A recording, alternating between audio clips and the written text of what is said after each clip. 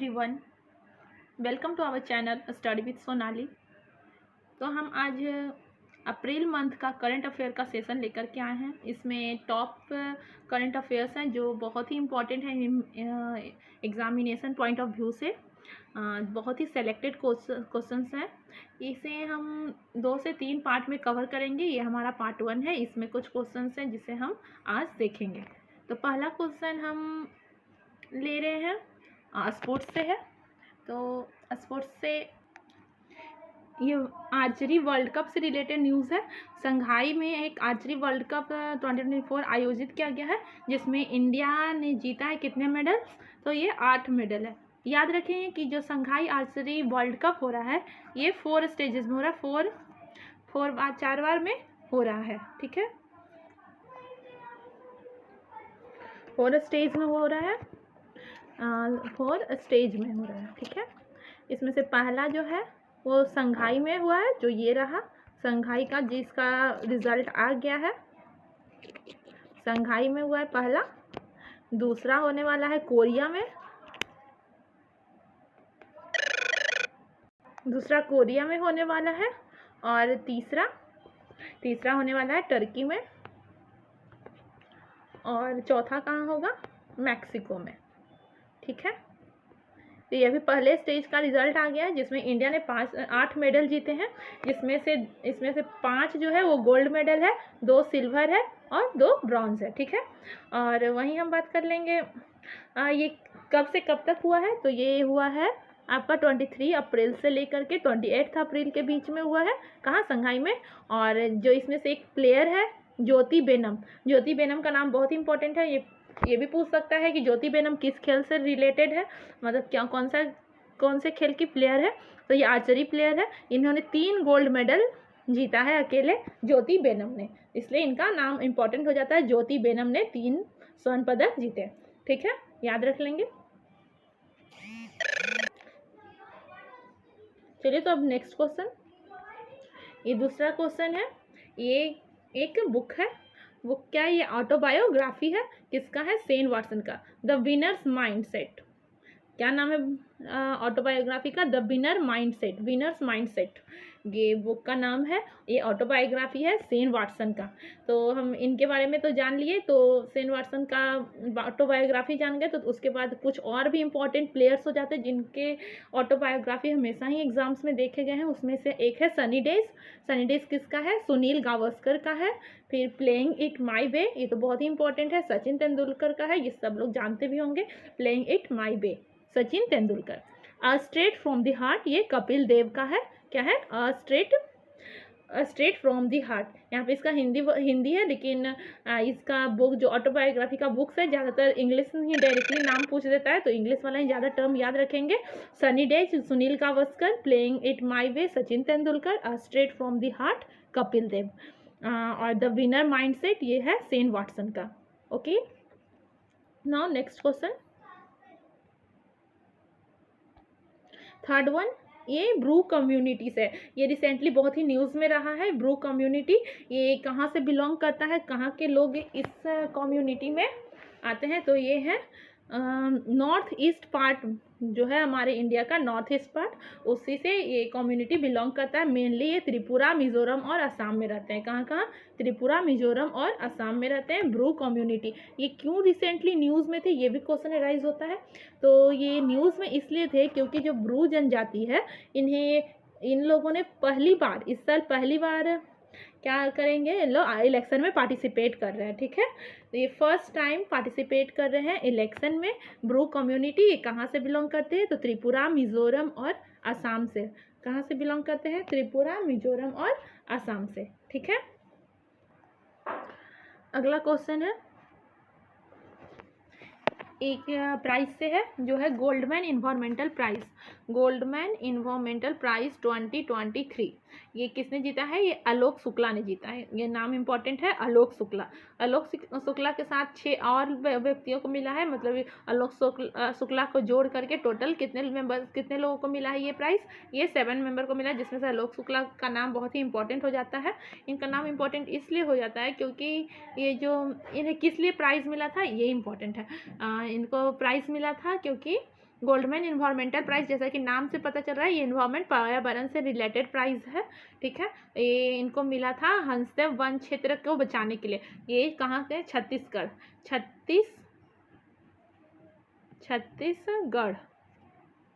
छत्तीसगढ़ में क्या है? एक हंसदेव वन क्षेत्र है। क्या है?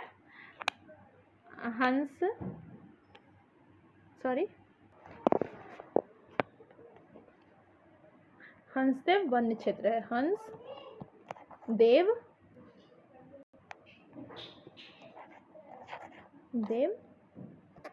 वन क्षेत्र, ठीक है। ये कहाँ है? ये छत्तीसगढ़ में। कहाँ है? छत्तीसगढ़ में है। और एक बात और याद रखेंगे, इसे छत्तीसगढ़ का क्या लंग्स भी कहा गया है। क्या कहा गया है? लंग्स मतलब ये वहाँ का, मतलब लंग्स से तो आप समझ रहे लंग्स का क्या फंक्शन होता है, हमारे बॉडी को एरिएटेड रखने का, सांस लेते हैं हम। उसी तरह से ये समझ सकते हैं कि छत्तीसगढ़ जो है हंसदेव वन क्षेत्र से सांस लेता है। इसी क्षेत्र को बचाने के लिए आलोक शुक्ला को गोल्डमैन इन्वायरमेंटल प्राइज 2023 मिला है। अब ये गोल्डमैन इन्वायरमेंटल प्राइज जो है, इसे हम ग्रीन नोबेल भी कहते हैं। क्या कहते हैं? ग्रीन नोबेल भी कहते हैं। ये कब से शुरू हुआ है? पहली बार ये कब दिया गया? तो ये दिया गया है 1990 में। पहली बार ये 1990 में दिया गया है। और गोल्डमैन इन्वायरमेंटल प्राइज को क्या कहते हैं? ग्रीन नोबेल भी कहते हैं, ठीक है। नेक्स्ट क्वेश्चन पे आते हैं। ये 5वां क्वेश्चन है जीआई टैग से। इसमें टेक्सटाइल क्राफ्ट है अजरक नाम है, एक टेक्सटाइल क्राफ्ट का नाम, मतलब कि वस्त्र शिल्प है, कपड़ा है अजरक। उसे जीआई टैग मिला है। कहाँ से बिलोंग करता है? तो ये गुजरात का है। कहाँ का है? ये गुजरात का है। ये इसे क्यों जीआई टैग मिला है? तो इसका मेन जो इसमें जो इम्पोर्टेंट है, वो जो इसमें कलर्स यूज होते हैं वो नेचुरल कलर है। ये फूलों से निकाले गए कलर है। पूरी तरह से नेचुरल कलर का यूज़ करके ये टेक्सटाइल, ये कपड़ा तैयार किया जाता है, जिसका नाम क्या है? अजरक। क्या नाम है? अजरक, ठीक है। इसे जीआई टैग मिला है। ये क्वेश्चन आएगा कि कहाँ से बिलोंग करता है ये अजरक, तो ये गुजरात का है। इसमें प्राकृतिक रंगों का यूज किया गया है। क्वेश्चन नंबर 6, ये भी एक अवार्ड है, लता दीनानाथ मंगेशकर अवार्ड। कौन सा अवार्ड है? लता दीनानाथ मंगेशकर अवार्ड 2024। ये अवार्ड किसे मिला है इस बार? ये इस बार मिला है अमिताभ बच्चन को। किसे मिला है? अमिताभ बच्चन को, ठीक है। इसमें हम 2 का और याद रखेंगे कि 2022 में 2022 में इस किसे मिला था? 2022 में ये मिला था किसे? तो नरेंद्र मोदी को 2022 में मिला था। तो 2023 वाला किसे मिला? 2023 में ये आशा भोसले को मिला था। किसे मिला था? आशा भोसले। ये दोनों का भी नाम याद रखेंगे। 2022 में मिला है नरेंद्र मोदी को, 2023 में मिला है आशा भोसले को, और 2024 का किसे मिला है? अमिताभ बच्चन को, ठीक है। अब 7वां क्वेश्चन है हमारा कि brand ambassador ICC men's T20 world cup के जो ब्रांड एम्बेसडर है वो किसे चुना गया है? तो युवराज सिंह को चुना गया। किसे चुना गया है? युवराज सिंह को।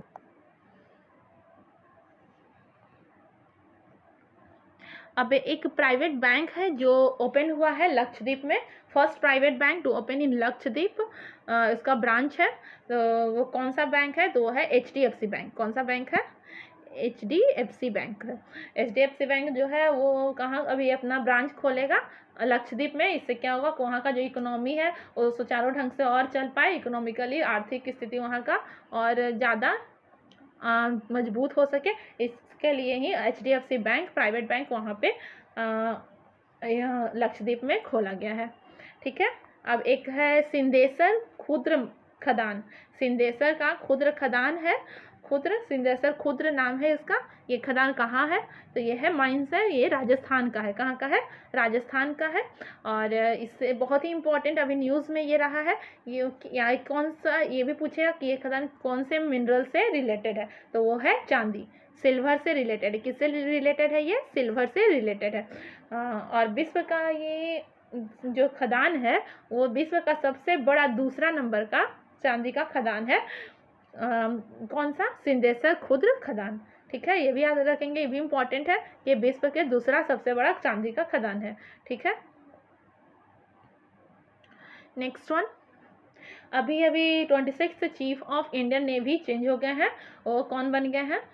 इंडियन नेवी के 26 चीफ वो हैं दिनेश कुमार त्रिपाठी।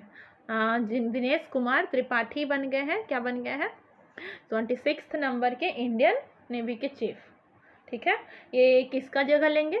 तो ये भी याद रखिएगा, ये आर हरि कुमार का स्थान लेंगे। किसका लेंगे? आर हरि कुमार। एक second, R Hari Kumar, R Hari Kumar का ये जगह लेंगे। कौन? दिनेश कुमार त्रिपाठी। तो हम और रिलेटेड जो इससे है न्यूज़ वो भी पढ़ लेते हैं।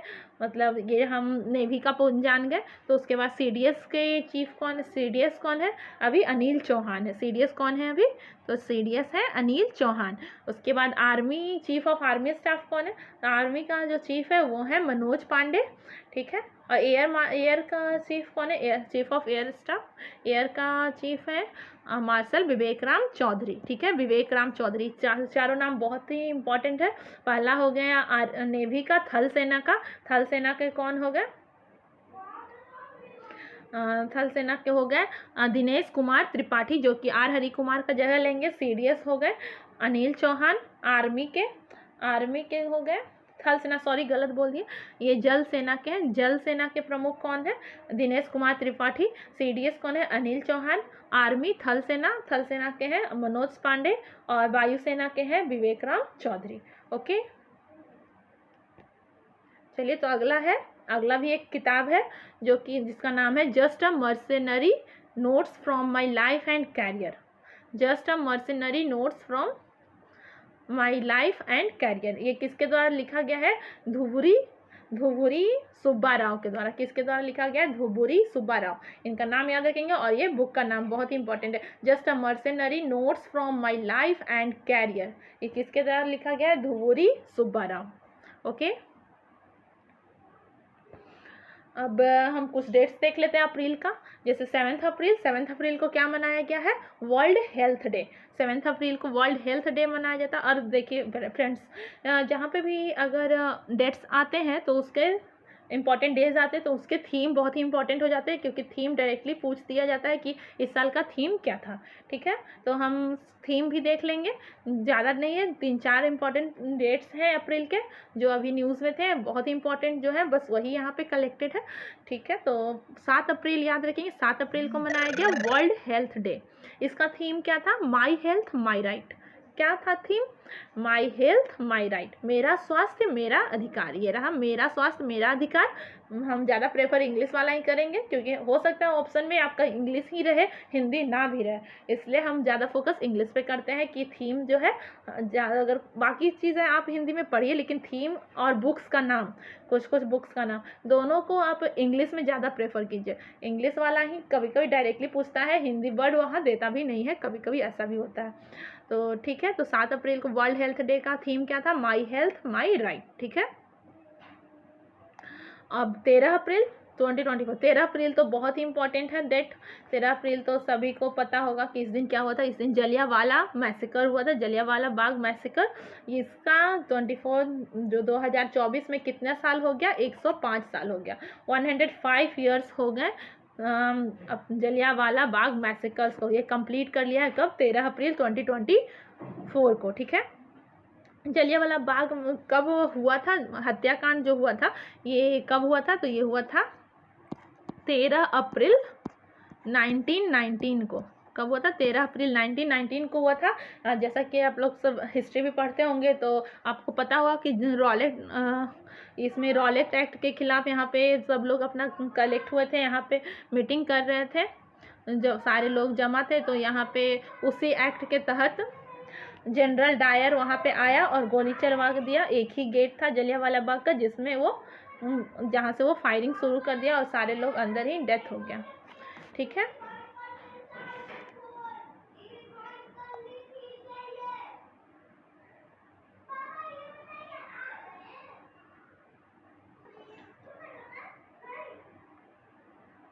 अब तीसरा डेट है 17 अप्रैल। 17 अप्रैल को क्या मनाया गया है? तो 17 अप्रैल को मनाया गया है world haemophilia day. World haemophilia day world haemophilia day celebrate किया गया है 17 अप्रैल को। इसका थीम याद रखेंगे, equitable assist for all, recognising all bleeding disorders. ठीक है, equitable assist for all, recognising all bleeding disorders, ये वर्ल्ड हीमोफीलिया डे का थीम है। ठीक है, अब 18 अप्रैल को क्या था, वर्ल्ड हेरिटेज डे। ये भी बहुत ही इंपॉर्टेंट करंट अफेयर्स बनता है। 18 अप्रैल को वर्ल्ड हेरिटेज डे, इसका थीम क्या था, इसका थीम है डिस्कवर एंड एक्सपीरियंस डाइवर्सिटी, विविधता की खोज करें और अनुभव करें। Discover the experience and diversity, discover the experience and diversity, ये किसका थीम है, वर्ल्ड हेरिटेज डे का थीम है, जो 18 अप्रैल को मनाया गया। अब 19 अप्रैल को मनाया गया वर्ल्ड लीवर डे। 19 अप्रैल को क्या मनाया गया है, वर्ल्ड लीवर डे। इसका थीम क्या था, keep your liver healthy and disease free. इसका क्या थीम था कि keep your liver healthy and disease free. ठीक है, ये थीम भी याद रखेंगे, keep your liver healthy and disease free. अब एक मिशन है बेबी कोलंबो। बेबी कोलंबो एक मिशन है, ये किसके द्वारा शुरू किया गया है, ये एक प्रोजेक्ट है जो 2 एजेंसी, स्पेस एजेंसीज के द्वारा शुरू किया गया है। वो दोनों कौन है, ESA एंड जासा। कौन सा है वो दोनों, ESA एंड जासा, जिसमें से ESA कौन है, यूरोपियन स्पेस एजेंसी। क्या है ESA, ये है यूरोपियन स्पेस एजेंसी और एजेंसी है, और जासा तो कहाँ का एजेंसी है, जापान का एजेंसी है। ये दोनों ने मिल करके बेबी कोलंबो मिशन को स्टार्ट किया है। इस मिशन का, इसका जो मेन रोल क्या है, किस लिए इस मिशन को किया गया, तो ये है to study the planet Mercury. Mercury जो ये प्लैनेट है, बुध ग्रह, जो उसके सूर्य के सबसे नज़दीक का ग्रह है, उसका ही अध्ययन करने के लिए बेबी कोलंबो मिशन को लॉन्च किया गया है। इसके बाद एक और बुक आया, knife, meditation after an attempted murder. ये भी बहुत ही इंपॉर्टेंट बुक है, knife, meditation after an attempted murder. ये सलमान रुश्दी का किताब है। इनका बुक्स बहुत ही इंपॉर्टेंट हो जाता है क्योंकि इनका हमेशा एग्जाम में पूछा जाता है। तो knife, meditation after an attempted murder, ये है सलमान रुश्दी का। अब मिडनाइट चिल्ड्रंस भी एक बुक है जो सलमान रुश्दी के द्वारा ही लिखा गया था। ये बुक के लिए इन्हें क्या मिला था, बुकर प्राइज़ मिला था। ये भी इम्पॉर्टेंट है, इनको बुकर प्राइज़ कौन से बुक के लिए मिला था, तो मिडनाइट चिल्ड्रन किसका है, सलमान रुश्दी का। उसके बाद एक करंट अफेयर्स ये रहा, कुवैत के प्रधानमंत्री कौन है, PM ऑफ कुवैत। इनका नाम याद रख लेंगे, Ahmad Abdullah Al Ahmad Al Sabah, Sabah है, हाँ, Ahmad Abdullah Al Ahmad Al Sabah. Okay,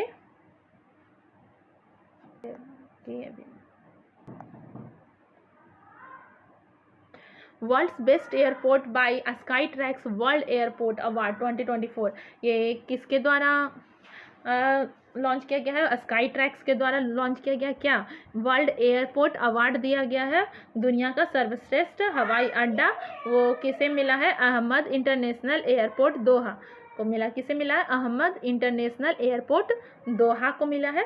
इसमें हम इंडिया से अंडर 100 का जो लिस्ट बना रैंकिंग में, अंडर 100 में इंडिया के 5 एयरपोर्ट्स आए हैं, जिसमें से इंदिरा गांधी इंटरनेशनल एयरपोर्ट को 36वां स्थान मिला है। कौन सा स्थान मिला है, इंदिरा गांधी इंटरनेशनल एयरपोर्ट को 36 स्थान मिला है। ये इंपॉर्टेंट हो जाता है। और इंडिया के कितने एयरपोर्ट आए हैं, टोटल 5 एयरपोर्ट्स आए हैं। ठीक है, और पहला नंबर पे अहमद इंटरनेशनल एयरपोर्ट दोहा है।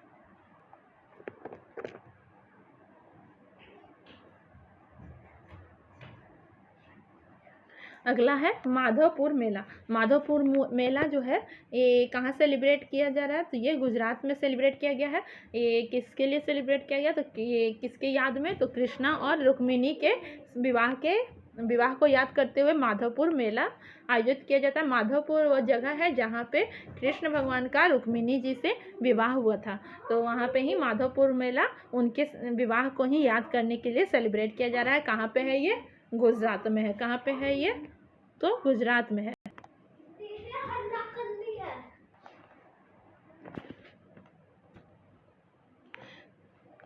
अगला है world future energy summit 2024 organised in Abu Dhabi. World future energy का समिट हुआ है, भविष्य ऊर्जा शिखर सम्मेलन 2024 कहाँ आयोजित किया गया है? अबू धाबी में हुआ है। कहाँ? अबू धाबी कहाँ है? यूएई की राजधानी है अबू धाबी। अबू धाबी में क्या हुआ है? विश्व भविष्य ऊर्जा शिखर सम्मेलन 2024 का आयोजन किया गया है। ओके, नेक्स्ट वन है एक गर्ल है, लड़की है जो कि 6 ईयर्स की है, उसका नाम है तकसवी वाघानी।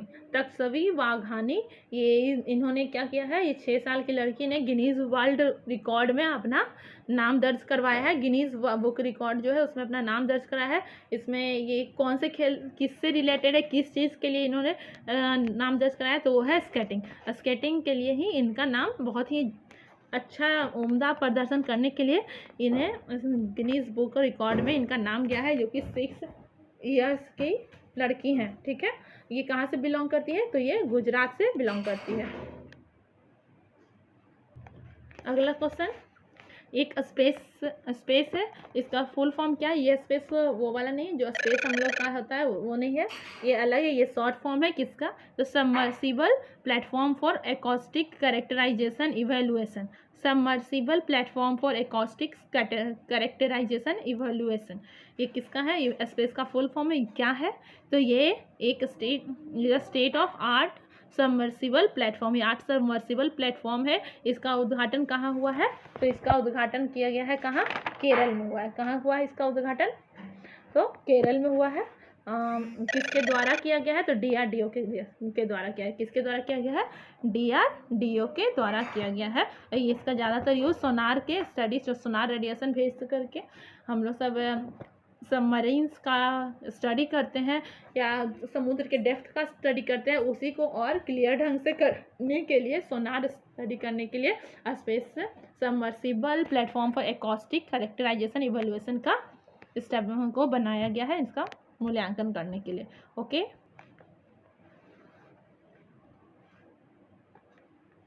नेक्स्ट क्वेश्चन है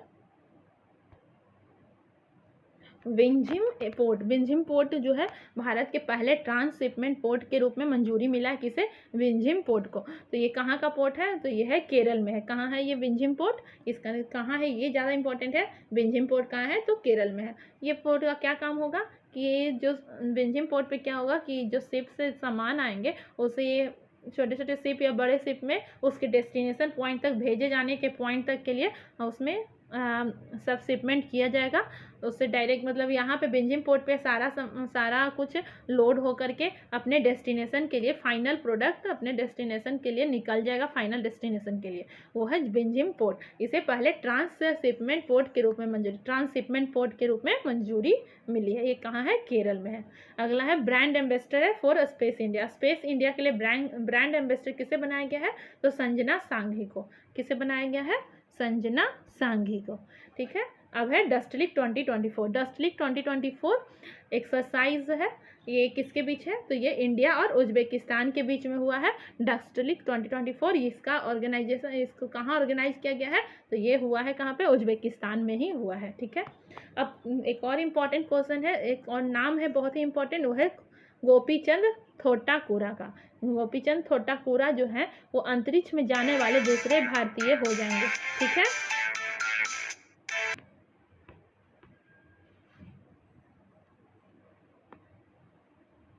नेक्स्ट वन है global unicorn index 2024। Global unicorn index 2024 में टॉप 3 कंट्रीज कौन कौन है? तो इसमें है, पहला है USA, दूसरा चाइना, चीन है, तीसरा है भारत। हमारा भारत तीसरे स्थान पे चल गया है। ये ज़्यादा इंपॉर्टेंट अपना याद रखना है कि इंडिया ग्लोबल यूनिकॉर्न इंडेक्स में इंडिया का कौन सा स्थान है? तो तीसरा स्थान है। एक और इम्पॉर्टेंट क्वेश्चन निकलता है कि भारत का पहला AI यूनिकॉर्न कौन है? तो कृत्रिम है। कृत्रिम को AI फर्स्ट AI यूनिकॉर्न कौन सा है इंडिया का? तो वो है कृत्रिम। ठीक है, चलिए, तो हमारा ये लास्ट क्वेश्चन था। ऑल द बेस्ट आपके एग्ज़ाम्स के लिए, और आप ऐसे ही मन लगा के पढ़ते रहिए। ये हमारा पहला पार्ट था, अभी हम 2-3 पार्ट और 2 पार्ट या 3 पार्ट होगा इसका। उसके बाद हम पूरा कोशिश करेंगे कि अप्रैल मंथ का सारा करंट अफेयर्स उसमें जो भी इम्पोर्टेंट है वो कवर हो जाए। Thank you for the watching.